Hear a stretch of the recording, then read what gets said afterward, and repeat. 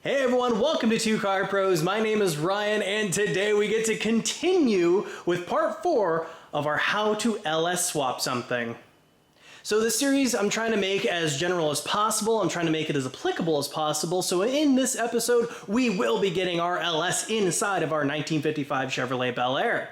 There are two ways to do this. The first way is you can marry the engine to transmission together and put them both in at the same time. I tried to do this in the beginning of the video, and putting it in, I kind of realized that really wasn't the route for me. It wasn't the way I really wanted to do it because the core support was ending up being a little bit too tall, so I do it the other way. However, that's a perfectly good way to go about doing it. If you can do it that way, I implore you to do it that way. It's a lot easier, especially if it's on the ground and you don't have to go at such a, like a big angle, but just kind of the way we're set up really wasn't going to work out too great for us. So we decided to do it the other way, where you put the engine and transmission in separately. So we put the engine in, and then we're going to marry the transmission in a different video. But I do show you how to do both ways. Before we go any further, let's go ahead and thank our sponsor, Summit Racing. They have sent me all kinds of parts to make this happen. Honestly, this series would not be happening without them. They're an incredible sponsor. Their customer service is great. Their website's amazing. Their shipping is super fast. I never wait more than a day to get something from them. It is really impressive. So make sure you buy all your speed parts at summitracing.com. So we even run into a little bit of a snag in this episode. Just because I'm on YouTube doesn't mean that things don't happen to me. Sometimes I put something together and it doesn't quite work right. And this is one of those situations where I needed a different oil pan. It looked really close, but it ended up needing the bespoke pan for this car, which is a good lesson for you to just go ahead and get that pan for your car. Maybe don't try to think something's going to work, or if you don't mind taking the engine in and out over and over again, you can try that as well. So in keeping this guide as general as possible, we actually have to put in different engine stands, which almost every other car you're really not going to have to do. Like if you had a 69 El Camino or something, you probably could just put the LS, motor mounts on the LS and then put them down onto the engine stands that are in the car normally. But this Bel Air is a little bit older. It's a little bit old school. It doesn't really have like a conventional setup for engine stands that are on the frame. So we had to put some in. You're most likely not going to have to do that. If you don't, you can just go ahead and skip to this part of the video where we're actually going to put the engine in. So in something like this, there is a bunch of different ways to do things. Your journey might look different from mine. I'm inviting you to join me on my journey on how I got my LS into my Bel Air. Yours might look a little different. You might be able to just plop the engine in one time, hit good to go, and you're all fine. You might have to take it in and out more times than I did. Look, I got lucky with just having to do it twice. But doing it multiple times, that's nothing you should be afraid of. Taking the engine in and out to get everything just right is super, super important. And that is just the fun of LS swapping something, building a custom car, building your car. That is the fun. So I hope I can make this guide as general as possible. And if you have any questions, please, please, please leave them down below or go to our website, twocarpros.com, and ask a question for absolutely free. So with all that out of the way, let's go ahead and jump in and put our LS in our Bel Air. Okay, so in this box are engine stands. These go on the frame and actually, bolt and interface with your motor mounts. If you have a normal classic car, you most likely don't have to do this, but our 55 Bel Air, we don't have a choice. We have to do it this way.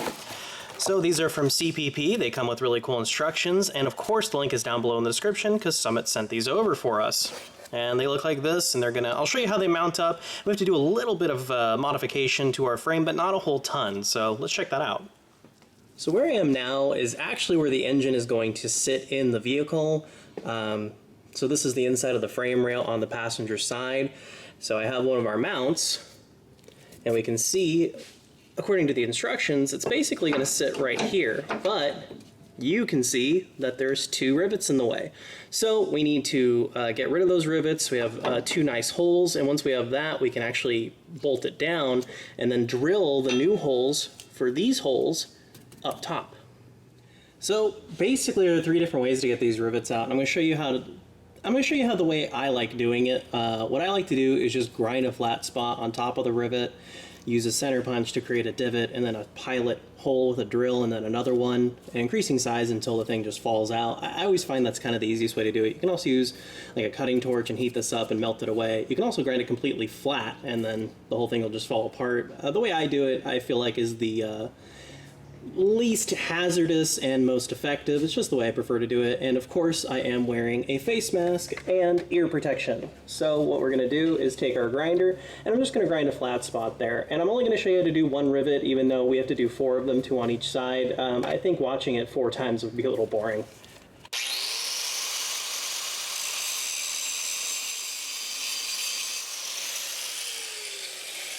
So that's kind of what our flat spot should look like, and then I'm going to go ahead and grab a punch and create a little divot.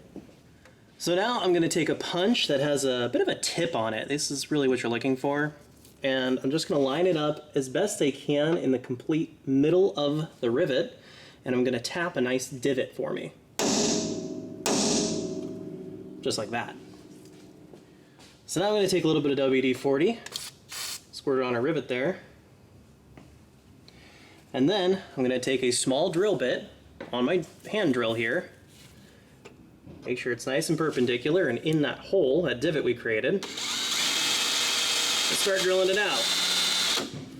And adding WD-40 as we drill to keep it nice and cool and keep the drill sharp and efficient.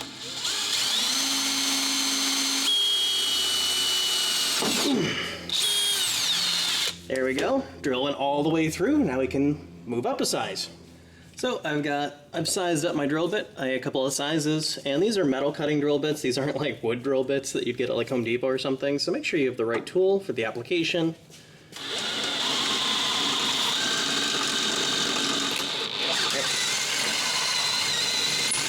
There we go. Now we can size up a couple more sizes.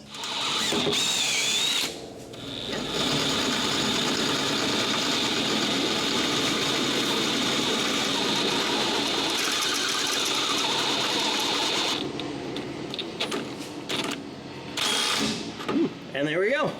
Check that out. The head of the rivet just popped off right there. So the next thing we do is grab a punch, because the body of the rivet is still in our frame, and make sure it is big enough to go basically on the head of the body. And then we're just going to tap that.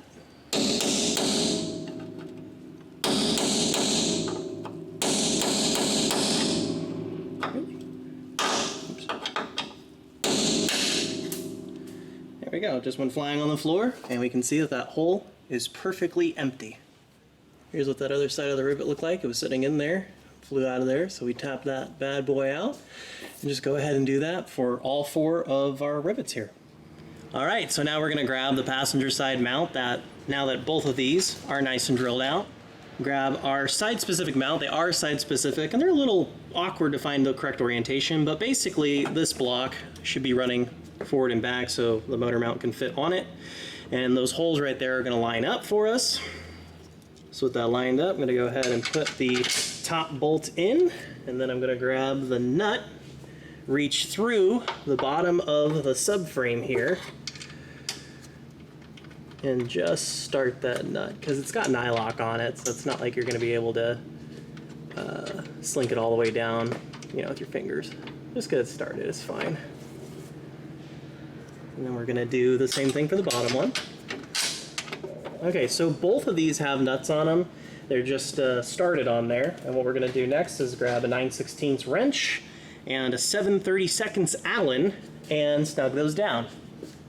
So I have my wrench holding the back of the nut, and I'm just going to snug it down.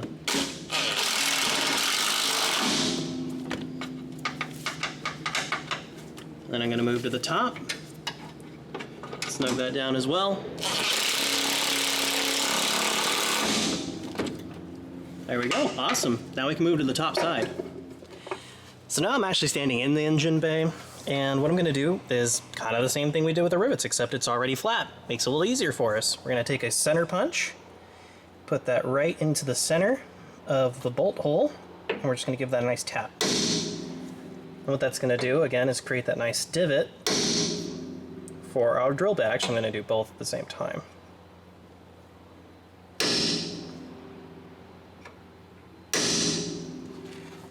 And there we go. Those look really nice. So again, we're gonna hit it with some WD-40. and then get started.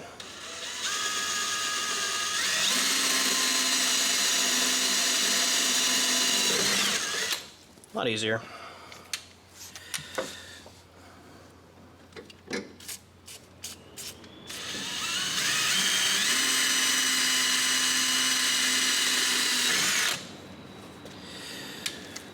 Swap out my drill bit.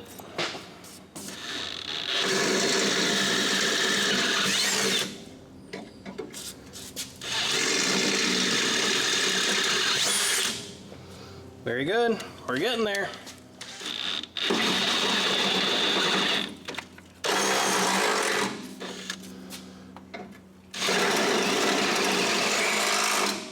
Awesome. That should work perfectly for our bolts, which we can actually put in now. So we can take our bolts, just put those in those holes, and then get underneath it and tighten them up. So with our nut held on the bottom, go ahead and tighten that up. Perfect. We can move on to the outside nut and bolt.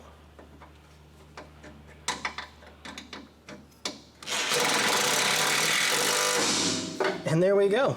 Nice and installed. Just do this exact same procedure for the driver's side. So check it out, our engine stands are installed. This is where usually on a normal hot roddy muscle car sort of situation you'd start at. So if you had this situation to begin with, this is where you're gonna skip to, as now we can proceed. So on second thought, after trying to get the engine into the engine bay with the transmission assembled to the engine, it really doesn't look like it's going to work super great for us just because our core support on this particular car is so tall. If you didn't have a core support or the front end wasn't on like we did on our 67 Camaro, you'd be able to just glide this thing right in, no problem. But we're really not going to be able to do that. It would have to be at such a steep angle. I'm just not comfortable doing that. And truth be told, you'd have to have the engine crane up so high. It gets really tilty and dangerous. I don't really want to do it that way. And not to mention, this is a custom fit, right? I'm going to have to change the engine mounts, positioning quite a few times. And I don't want to keep taking the transmission and engine out while I'm trying to get that fitment just right. So what we can do is take the transmission back off. It's only 5 bolts. And then we can put the engine in and out and get it just right, exactly where we want it, and then put the transmission in from the bottom. That's also a way to go.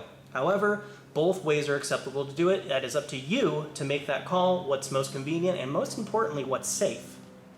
One transmission removal later, and we just have our bare engine, so we can put it in and out and do a couple test fits, and then most likely bolt it down and then come up from underneath with our transmission. Again, you could do it the other way if that is what makes most amount of sense to you. So what we can do is lift up our engine and get it into position over the core support. So once our LS, we're sure is going to clear the core support, I might want to crab walk on you. We can wheel it into position.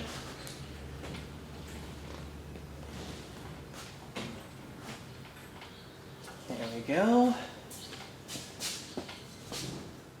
So you're going to get to this point where the engine crane is going to hit the bumper and you can't go any more further forward. So what we're going to do is let it down a little bit. This will extend our reach. So at this point too, I want to mention that you are going to need an oil pan that is bespoke to your vehicle. This oil pan is actually for a GM F-body, not a Bel Air, but I looked at the Bel Air ones online. They look pretty darn similar, so this is part of the test fit. If it doesn't fit, I'll take it back out and I'll put the correct oil pan on it, but you can save yourself some headache by having the right oil pan before you even get started. So we're going to let this down very slowly. Obviously, we don't want to just let it go because it's going to hit the core support or the firewall. So we're just going to let it go down very slowly. Slower the better.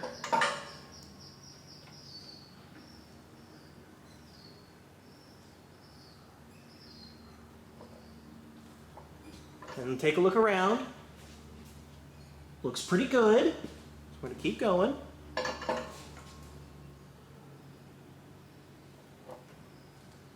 You can stabilize it with your other hand. Okay, so it's too far towards the firewall. We can pull it back a little bit.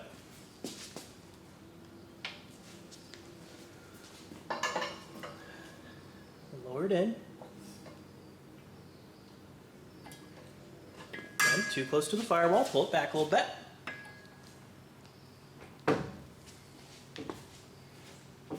something? Nope. Okay.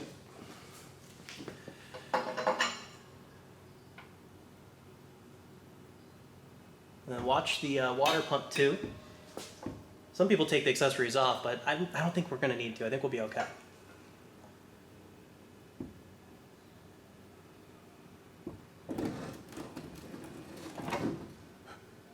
Ooh, it's a tight fit. Let's see. Oh, we're good.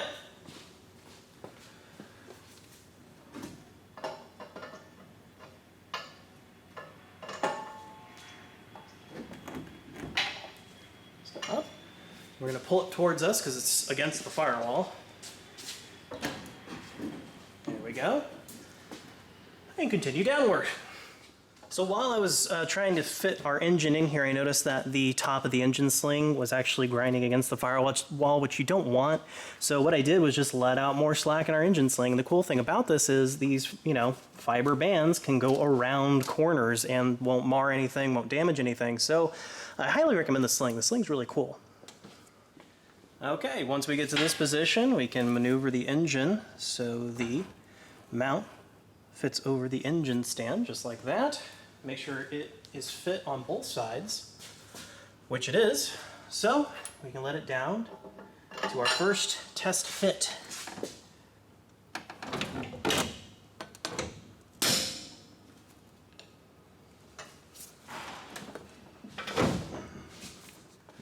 So our LS is sitting in our Bel Air, and I have to say the way it is sit right now, hilariously enough, is exactly the way I want it. So I'm probably going to tighten down those motor mount plates. However, there is a little bit of a clearance issue. I am going to have to take the engine back out and get the correct pan for it.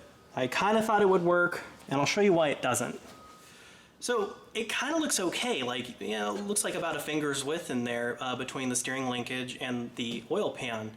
But don't be fooled, because steering linkages move. So if we steer the car to the left, you can see that it bonk goes right on it. So unfortunately, we are going to have to get the correct pan, but that's not a really big issue. I would rather change the pan than change everything else. I really like where the LS is sitting right now.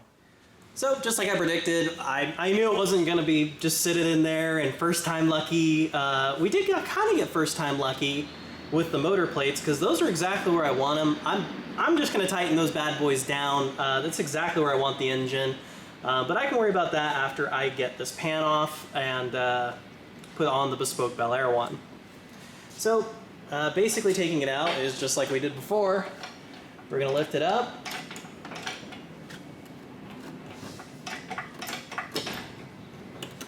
Jostle it around a little bit. There we go. Lift it up, pull it towards you a little bit so it clears the firewall. This might even be a really good case for, removing the core support, but on this particular car, it looks pretty involved. So I'm just going to go what's most efficient. All right, I think it's going to clear. And get that bad boy out of there. Since I like the position of this motor plate, it is perfect. I don't want this to change. Now I can torque these bad boys down to 30 foot-pounds in a cross pattern.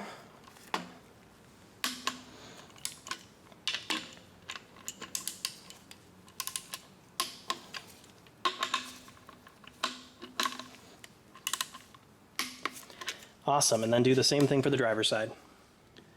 So I have my engine back on my stand, took nothing but a couple of minutes, and I'm going to remove our oil filter. I'm going to do my best to keep that in good shape because it is perfectly good and reusable. It hasn't even been started, so it's basically brand new.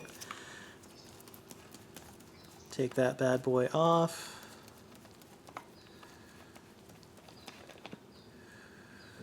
And set that aside. And I think this is a really good lesson for everybody that just because I'm on YouTube doesn't mean everything always goes my way, exactly perfect each time, and things just happen by happenstance. I do run into roadblocks. They do happen, especially when you're trying to put an engine into a car that never came with that engine. You're going to run into things like this. It's important to have patience. Take your time and roll with the punches. All right, we can go ahead and remove our oil pan. Might be a little sticky. There we go. Go ahead and set that aside. Go ahead and grab our gasket out of there. There we go. So one email later to our amazing sponsor over at Summit Racing, and they sent over this incredible oil pan for our 55 Chevy. So there's a good lesson for you. Make sure you have your oil pan bespoke for your vehicle, and you can use their amazing filtering tools to find the right oil pan for your vehicle. I will link this one down below in the description, but again, it is for a 55 Chevy. If you're not working on one, that won't apply to you. And this kit's cool because it comes with your gasket, pickup, hardware, pan, and inside the pan is some baffling for oil control. That way, when you hit the brakes, the oil doesn't just slosh to the front, and when you hit the gas, it doesn't slosh away from the pickup. So it's good for oil control. Make sure your engine always has oil under all situations. So we can go ahead and try to install our pickup tube and our oil pump first. And then we can see that the pickup tube bracket is not actually working with our windage tray, and I even read in the instructions that the windage tray, a stock one like this one, is going to need modification, or you can just buy a windage tray that will work with it with no modification. Since I'm going to get this done today, I'm going to go ahead and modify that. I'm going to show you how to do that. So on this windage tray, what we're going to need to do is cut out some material, and we can come up like this. We're probably going to test fit this a couple of times. Don't worry if you don't get it exactly right on your first go. And then come across and down. So we need to basically cut that entire area out. Then we're going to cut right here on this radius. So basically this area here has got to go. We're going to move that windage tray. Take it over our modification table. Alright, so there's a few different ways you can do this. Obviously, you can use all kinds of different cutting, saws and bits and torches and whatnot, but I really feel like you would make quite a mess with that. And besides, not everyone has that. Most people have the things I'm going to be using, which is a couple of drill bits and a metal cutting jigsaw. So what we can do is grab a small drill bit and start drilling.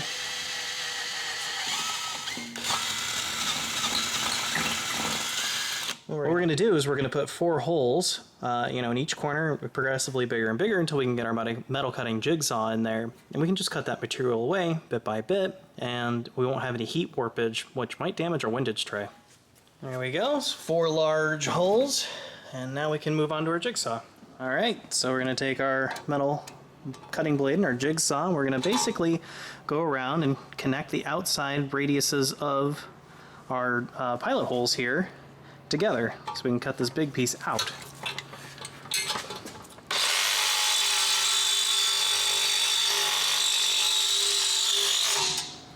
There's one cut.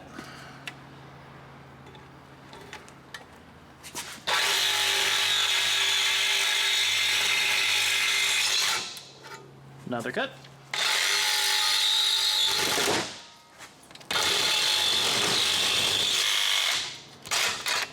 Okay, so the 3 easy cuts are done. This one inside is going to be a little more challenging, so I think what we can do is flip it around. So now we're going to come across the bottom of this circular piece here. It might be a little tricky, but we're going to persevere.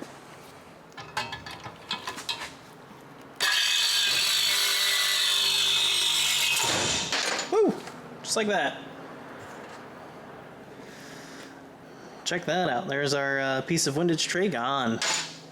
So what we can do is just kind of go around and basically shave off bits that are unsightly or maybe won't fit right. The only thing you don't want to do is encroach on this bolt hole. We really don't want to ruin the integrity of that, so let's do our best to just go slow and shave off bit by bit at a time. So the next thing we can do is take our file, and we're just going to go around and take off the rough surface. Yeah, there's kind of a burr there. It could cut you pretty good. We really don't want that on there. We want it to be nice and smooth. And don't worry too much about the aesthetics of this hole. It's ugly but functional, kind of like me. So what we can do is file that burr away.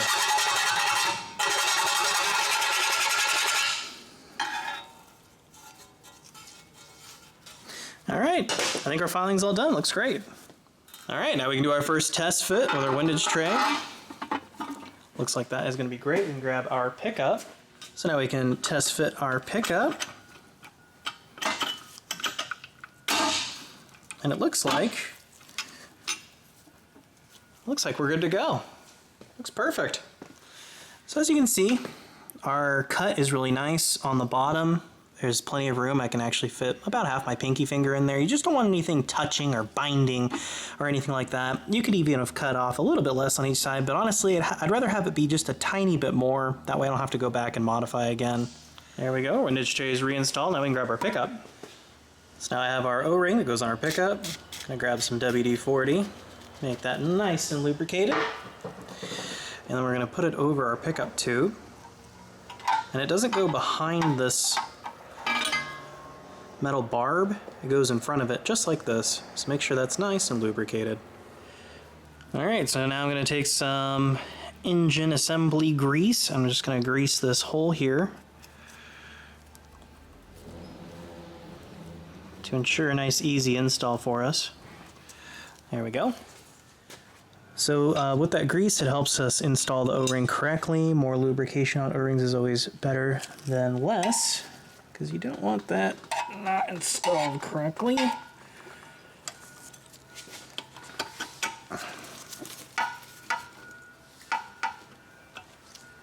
Might take some effort working that back and forth. And if it doesn't feel like it's quite right, go ahead and take it off and look at it again, making sure that O-ring is seated correctly. It's pretty integral to the health of the engine. So I've already installed our pickup tube bolts. I'm just going to snug those down. I believe the torque spec is like 106 inch-pounds, very, very light. I'm just going to do them wrist tight, and I'm going to do them as evenly as possible.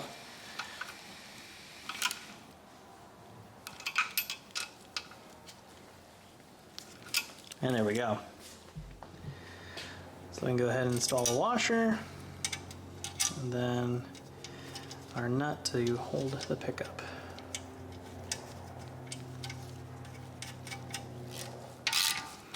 Snug this up. It's right about there. Perfect. So now we can get some RTV, put on the end of our fingertip here, and we're just going to put it at the four corners where the front timing cover pan and the rear meet the engine. We've done this already on our How to Assemble an LS video, so you're probably quite familiar at this point if you've watched that. Which you should, it's a great series. You don't need a whole ton, just some, where these meet. Yeah, just like that. So we can grab our new oil pan gasket and just put that into place. It only goes on one way, so you can't even mess that up. Making sure all the bolt holes line up, just like that.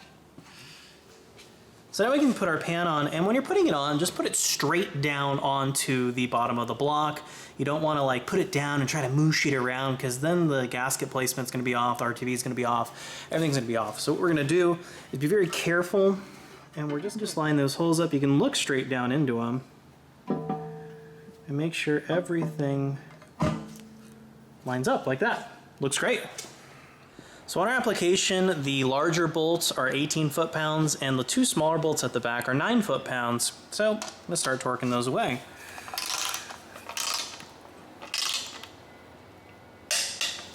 And again, going from the inside and working in a spiral pattern.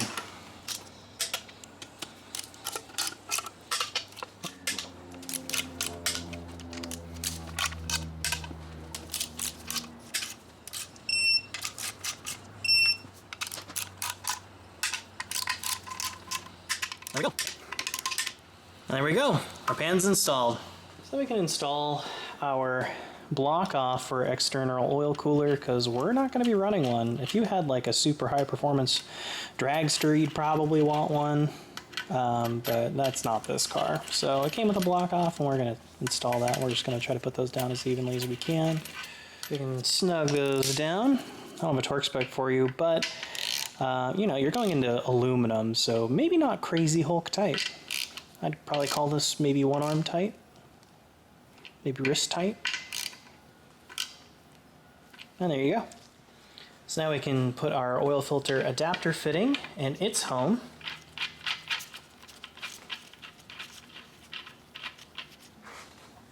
Looks good. So we can torque that down to 40 foot-pounds as per the instructions. These are the threads that the oil filter is going to grip onto. And there we go, 40 foot-pounds. Now we can install our oil pan drain bolt. Can't forget this, that'd be a total bummer to get everything you think is ready. You put engine oil in it and then it just dumps out the bottom. It'd be kind of funny. And we're gonna torque that down to 18 foot-pounds. Perfect.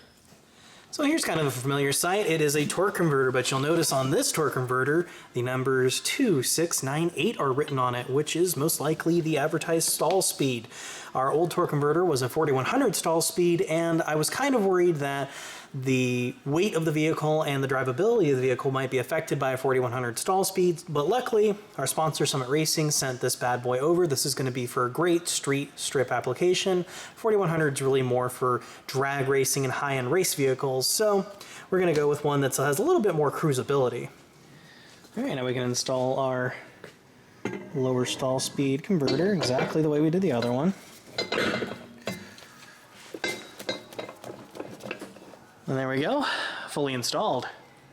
All right, so exactly the same as we did it before, where we need to let it down a little bit to get some more length out of our engine crane and just go as slow as you possibly can.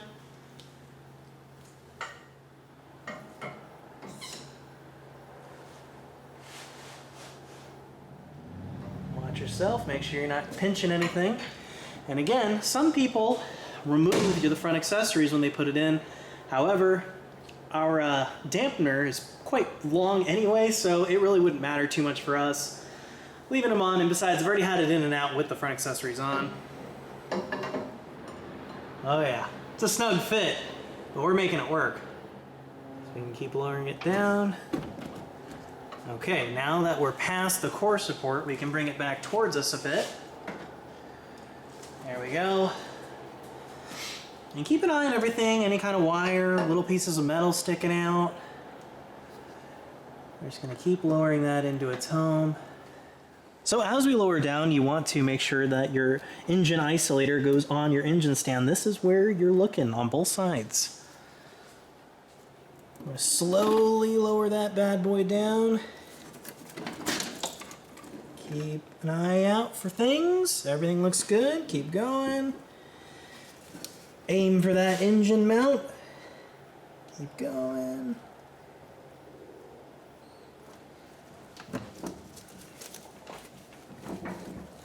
Might be a little snug on there.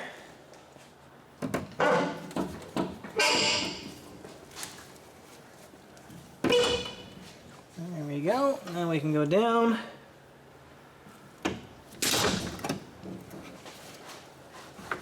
Okay. So that was exciting. Don't let the slack completely off because the engine wants to fall down and away. So we're going to leave that on tension for just right now. So now we can put our motor mount bolts through.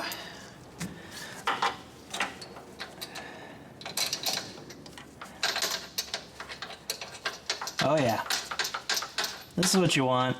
Nice and easy to be able to put that nut and bolt combo on. If it's like a big struggle, you might want to reorientate your engine. It might not be sitting quite correctly. We can tighten that down. So we can go ahead and just snug those down. Don't really have a torque spec for you, just one arm tight. It's good. And do that for both sides. So the next thing we're going to do is take little bits of wood here that I have so I can put it between the firewall and back of the head and kind of the valve cover too.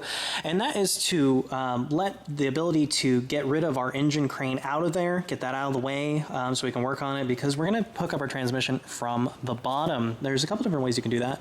You can also do that with a jack underneath the oil pan if you're doing this on the ground, but we have a hoist. But the way I have always found that is pretty easy is to watch your fingers and put in a block of wood and then let the engine come back on it, and that will completely serve as a buffer between the engine and firewall, just like that. So do that on both sides.